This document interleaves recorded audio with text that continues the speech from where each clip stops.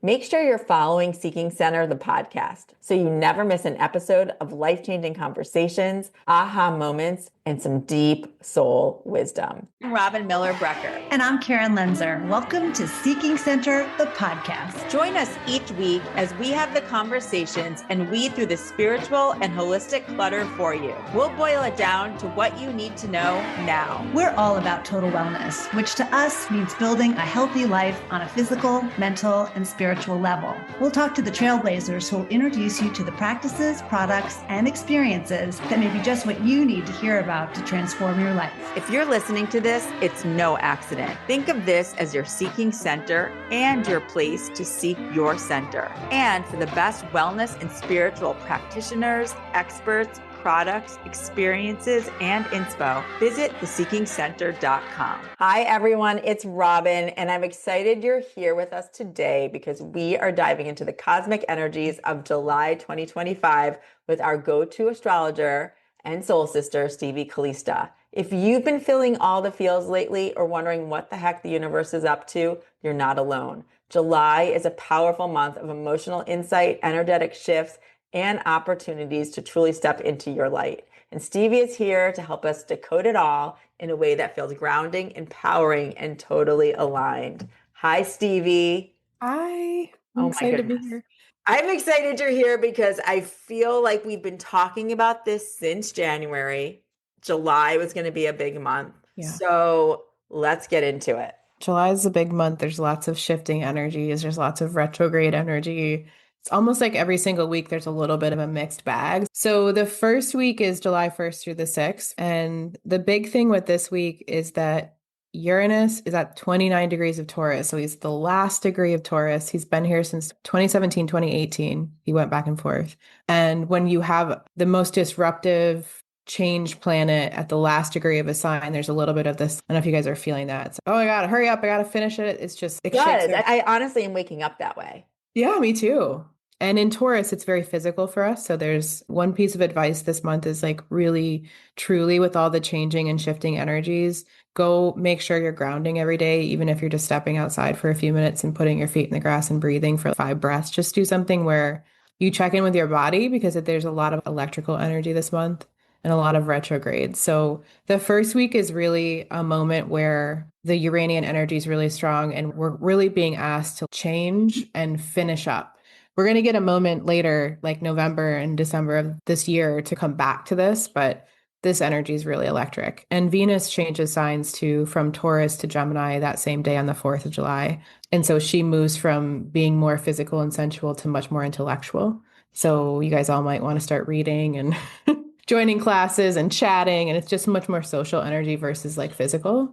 And the other thing about this week is on the same day, Neptune is stationing retrograde. And so his energy is also strong this week, meaning you have this electrical Uranian nervous system shake energy that just wants us to break free and jump. And then Neptune can feel really foggy and swimmy, intuitive and creative as well, compassionate, emotional. But these two outer planets coming together this week can make a mixed bag. In one way, we're like, surrender. And another way, we're like, but we want to change and we feel this electricity. So both of those are very ungrounding, honestly. Both of those planets can feel very ungrounding. One pulls up the root and one just asks you to float around and be confused. So it's a lot this week. And as you said, July 4th specifically feels there's a certain type of energy and way that we may want to be aware of. Totally. And the cool part about it too, when Venus hits Uranus' same degree and they both are going to move into Gemini, Venus moves into Gemini that day. When they come into each other's energy, if you think about Venus, like our desires, our self-worth, our pleasure, our feminine energy, things along these, our feelings, when she hits Uranus, you guys are going to probably feel stuff. This is already happening, right? This started like July 1st. And so this might shake some stuff out of you. You're going to feel it physically, but it might bring some feelings up. Like this morning, I was like, oh, what the heck is all this? Yeah. Let it shake up, feel the stuff because you're just processing. Okay. All right. So that's the first week. Yeah. That's the first week. The second week is huge because on the 7th, Uranus actually changes signs into Gemini. And this is really where if you think about Uranian energy as like this electrical, liberating, rebellious, you got to make a change like right now. Sometimes it's very sudden. Moving into a sign that's air, it's also a lot, right? But Gemini is going to ask us to change our mind. For the next 6 or 7 years, we're going to be changing all so much. So this is a 6 to 7 year cycle. Yes, yes. So that's why I just want to also underline your point in July 1st through 6th, where it is in this last degree of Taurus. Yeah. It's been like that Since 2017. Okay, got it. Long time. Yeah, that's a big deal. Yeah. You just understanding the amount of time and what you felt in the last 8 years. Yeah. So 8 years, and now it's such a major shift for another however many years. Exactly. And that's the thing. Like we've been moving through Taurus energy, which is this is different for depending on where it is in your chart. Where it shows up in your life is going to be different for everybody. But there's still this theme around, do I feel safe? Do I feel secure? Do I have enough food? Do I have enough money? These are primal. Taurus holds like pure safety and security. And am I worthy? And so we've been shook here at the root. And I think we're shook. Totally. We still are shook. Absolutely. Okay. And so now, yeah. What you can expect with Uranus and Gemini, and I know we talked more about this in the year-long forecast, is a change in our education system, change in perspective, lots of innovation with like information. It's very intellectual, and also think about Aquarian energy mixed with the student's mind. It's really cool. It's like this innovative curiosity that we're all going to really feel, but it's going to require us to also ground more because there's just, think about a lot of electrical air moving around. So our perspectives are really going to be shifting over the next, I want to say it's 6 to 8 maybe. So that goes on that week. So make sure to really ground this week. Saturn is stationing retrograde this week. So the week before it was Neptune and Uranus. Now it's Uranus and Saturn on the 13th. And so you're going to feel Daddy Saturn come in and he asks us to take responsibility. Maybe you feel a little heavy. There's some roadblocks. Maybe there's something that karmically is coming up for you that you know you just need to take care of. That's what happens with Saturn's energy is, okay, it's time. And there's a full moon in Capricorn on the 10th, which is also Saturn energy. This entire week and this full moon specifically is going to ask you to balance your home emotional body, like the part of the inside emotional self, right? We're in Cancer season. And Capricorn, the opposition is, okay, but take care of your shit.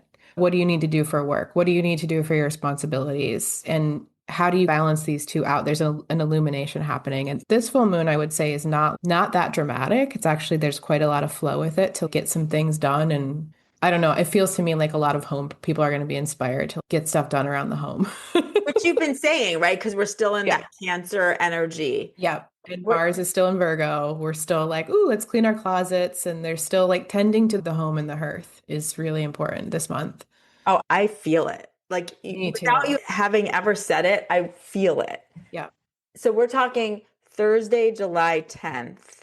Yeah. Is this full moon. And then you have Saturn stationing 3 days later, meaning his energy is very strong during that full moon. And it already is because Saturn rules Capricorn. So like the full moon's already ruled by Saturn. He's already very strong in that week's energy. I was going to say the other thing just to remind people about the full moon in general, as you've already said, it's an illumination and it's a way for you to release. Basically, the seed that you planted during the Cancer new moon is now coming into light, and maybe there's like a pivot or something that needs to go on. It's the light is bright, right? So we can see better. When we have a new moon, it's much more inward. This is much more outward focused. And so there's something that you're seeing in your life that then you can pivot or change or let go of, or just being able to see, oh, okay, got it. Clarity. Yes. Yeah. You definitely need that. Yeah, for sure. And something else that's really strong about this whole month is that Saturn and Neptune are coming together in Aries. They're so close right now. They've been this way in June. They're going to be this way for until next year. But we are being completely asked to rebirth who we are, to change our identity, to try new things, to be bold and courageous. And so this full moon is going to give you an opportunity to like, okay, it's time to like just jump, do the new thing, change your mind, reinvent who you are. Aries does not care. It's so human and such a warrior, and it just wants to move forward. It doesn't have to have everything figured out. It just wants to go forward. So that's also, we're really changing who we are, and Neptune's energy really brings an energetic level to that. So it's almost like it's not all work, with Saturn because he's near Neptune. It's actually the energy behind the new thing you're starting has to also, you also have to pay attention to that. And this can be confusing. Neptune can be very confusing. Oh, that's good to know. So that if you're feeling that, and if you're also feeling, which I feel in my own life and others that I'm talking to, there does seem to feel like a momentum Yeah. depending on what you are doing or Yeah. looking to bring to creation Yeah. in all ways. Yeah. There feels like momentum. Yeah. It's like the bold, courageous energy to just birth the thing. Yeah, Why not? And there's also this energy around, well, who even am I? I don't know. I'm just going to try, see what happens. totally. Yeah. I love this energy. I do too. It does feel really good because I think the other part is that when I use the word momentum, it literally feels like we're being pushed. And you said this to me actually in my own personal reading. You're Yeah. like, Robin, you're being pushed.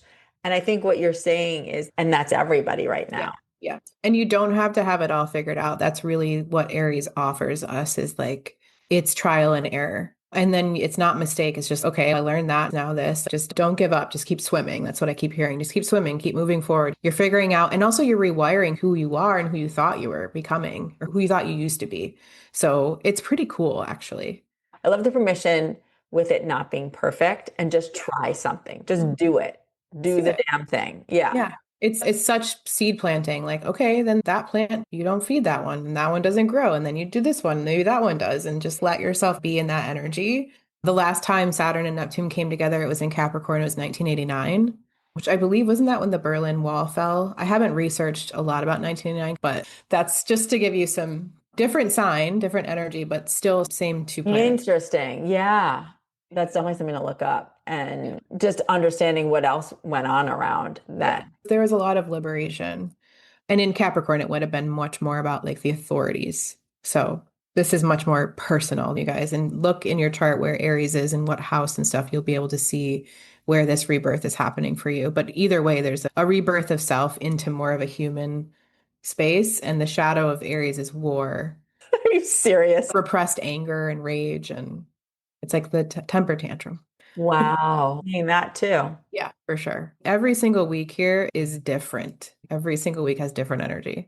Okay. So now we're getting to the real mid-July. Mid-July is when Mercury will station retrograde. It's back. I'm making my sad face to see I know. because oh, it's always something with Mercury retrograde. I know. It is. It's so annoying. So necessary and so annoying. And those of you born with Mercury retrograde, you like these times because you come home to yourself. Your brain's like, oh, okay, I like this. But for 90% of us, that's not true. This one happens on the 18th, but you're going to feel it the whole week. When Mercury starts to slow is like when technology gets weird, miscommunications happen. This one goes from 15 degrees of Leo to 4 degrees of Leo. So it's just in Leo the whole time. So this is all about going back and revisiting maybe what you did in June, maybe what you did when you were 4. Just depends. But Leo really asks us to honor the inner child and like the play and slow down, play. It's going to feel weird and wonky this week because anytime Mercury's station, he's our mind, right? He's how we communicate, technology. That's why I always laugh when Instagram like goes down. Like, of course, you guys, Mercury stationing. But yeah, Leo is all about, I want to express myself. Do you hear me? I am an individual in the group. And we're going to be moving into Leo season the next week when the sun shifts. So we're going to be offered this moment to like maybe go revisit your inner child, go do something creative. Think about what you would do as a 5-year-old. What did little you do? Yeah. And it also feels like an opportunity too, if you are open to really digging deep into that inner child. There's the part of you that wants to feel that play and that freedom Yeah. that most 5-year-olds feel. But there's also the opportunity to probably talk to someone like Lizzie and get deep into Totally. what happened when you were 5. And how did it form your beliefs, right? Correct. Yeah. Like I think there's, to me, that seems like an opportune time. It is. And there's a lot of earth and fire energy in July. We still have this Cancer and there's a lot of fire and air. So it's messy, chaotic. Even what we just talked about, I think was so interesting is like, here we are coming from that energy of the full moon, that's illuminating and there's momentum leading into that. And then you're hitting this, it feels like a little bit of a wall. Yeah. A little bit of a wall. Wherever Leo is in your chart, you're going to be slowed down in that sector. For the first 6 months of this year, we were in retrograde energy. That's why it feels, oh my God.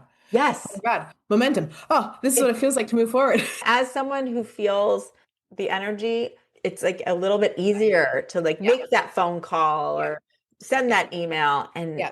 But the thing is, just a reminder, Venus and Mars and Mercury were all retrograde at the beginning of the year. So it's not going to be anything like that. That was like total slowdown, total hermit.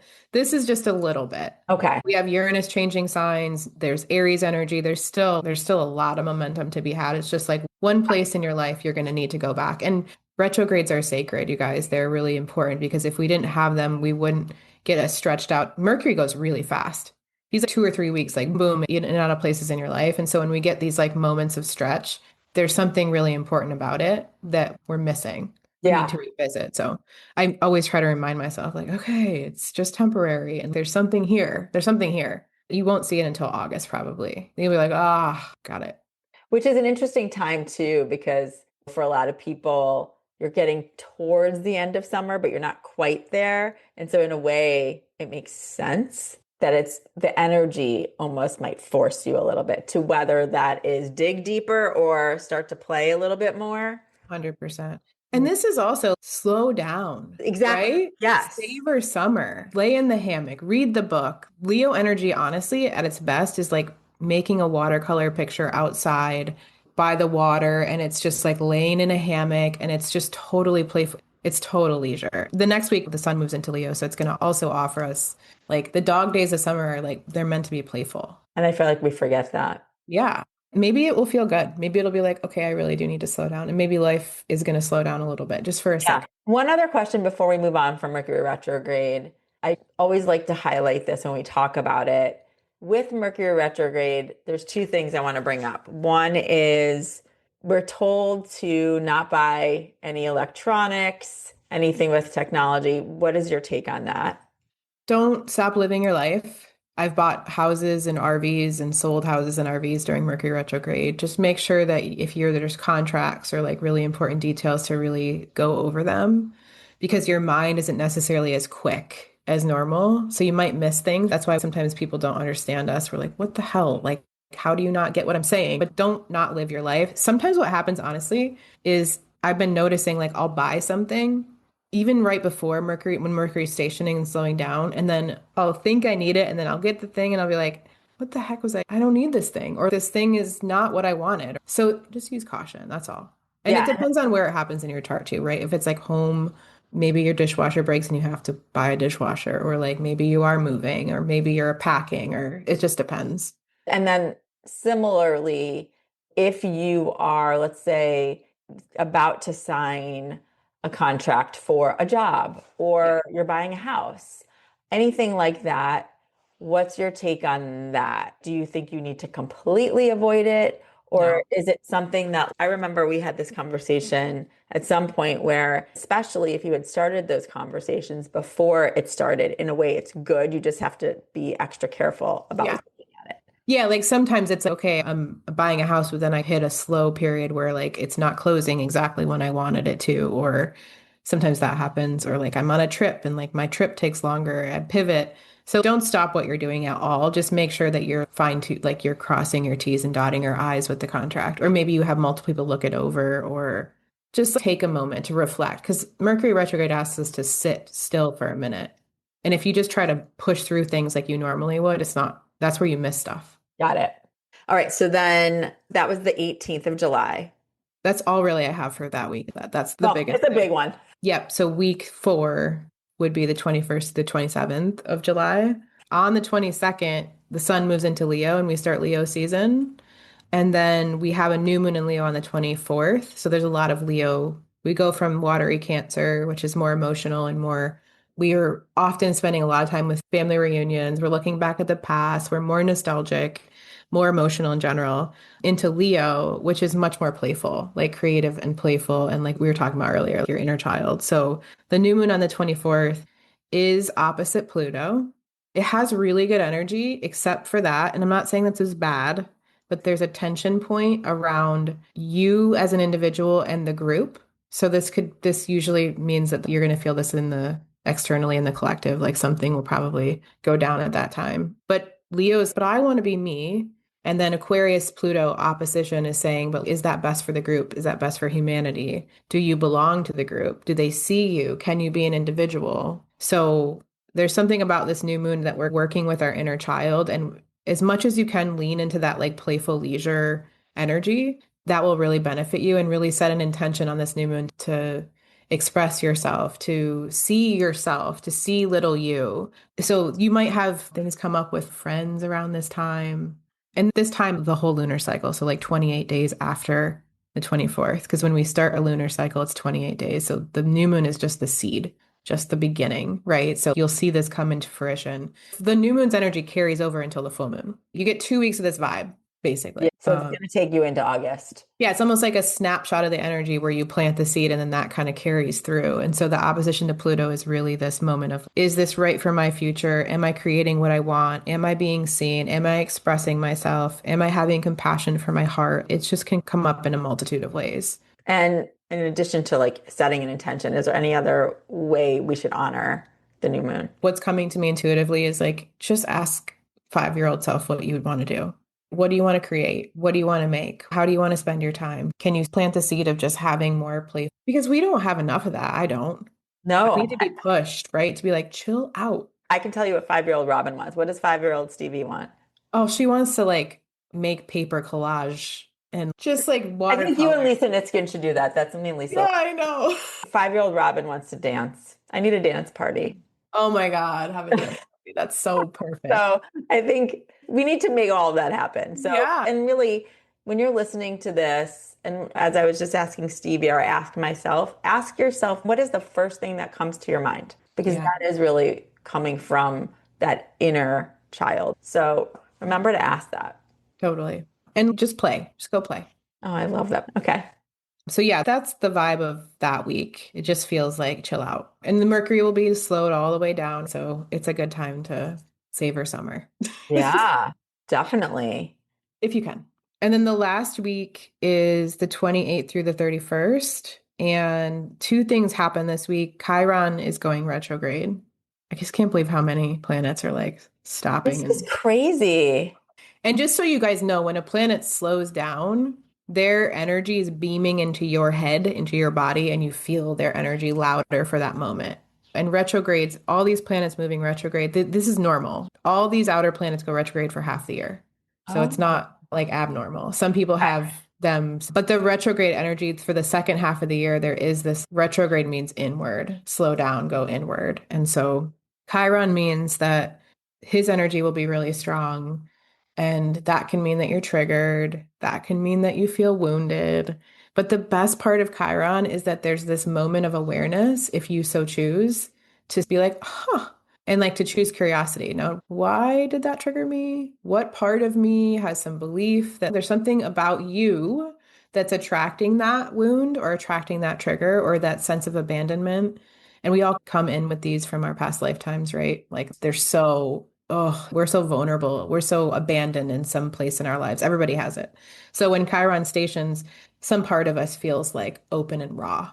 And this could also look like you get to help your mom or your friend or somebody heal, or your inner healer gets really turned on, or you have something in your life where you're like, oh, I'm going to start doing that. I'm going to start using my gifts. Like that, it doesn't have to be like, oh, you're triggered. It could be something really beautiful that comes into your life too, that during this week. And it feels like it's getting an extra shot of power in that sense because of Mercury retrograde. Yeah. That's cool. So use it as an invitation to see something with curiosity and just be aware of, oh, and then maybe you just honor that part of yourself from yourself, right? Like you're like, oh, hi, honey. Come have a seat at the table. I see you're safe, whatever you need to do. I literally did that to myself this morning. I like pulled myself into a fetal position and I started crying because I was just like, what the heck is going on? And I just, oh, you just have all this. So then I just literally was like, you're safe. It's okay. I see you. I'm so proud of you. I just gave myself all the things that like I needed to hear from outside myself. So like this week, it might be really important to do that for yourself. Yeah. And I really hope people can hear that and can also start to really connect with that inner child, but then that other part of you that I think we're so quick to want to push down or push. Oh, I did. I was like, ugh. And then it just kept coming. And then I tried to get a hug from my husband and it didn't work. You know what I mean? It wasn't right. And I like to use my physical body. So I like went upstairs and put myself in a little fetal position, made myself feel small, and then worked with my body that way. And then I was fine. So it's very helpful to have Yeah. those. And for every person, that's going to be slightly different. That's a really good example. Totally. It might be like punching a pillow or just going out and sitting by a tree or just crying or screaming, whatever you need. Yeah. And you think about this whole month, and that's how we're ending it and going into August. It's quite the mixed bag of emotions. It's a mixed bag. It's a great way of saying it. It's a mixed bag. Ground, please. Yeah, we really will need to keep track of how you're feeling. Like, Yeah. do that for yourself. Keep notes in your phone if that helps you. Certainly reach out to any of us, Yeah. whether that's via social, email us. You should all work with Stevie. Get your charts read, work with her on an ongoing basis, which you can find at steviecalista.com. You can join our Seeking Center community, which you can ask any of our guides questions throughout the month. And we're doing live sessions as well. So it helps all of us come together and get through the month. Yeah, and feel supported by each other and seen. That's going to be a really big theme, especially the second half of the month and into August, is just feeling like I want to be seen. Yeah. So hopefully all of this information really can serve as just a little bit of a roadmap for the rest of the month. And here's to getting through it all together. Thank you, Stevie. Thank you. If you enjoyed this episode, we'd love for you to rate and review it wherever you listen to your podcast. Your feedback helps us grow and continue bringing you the conversations and inspo we all need. We're grateful to be on the journey together.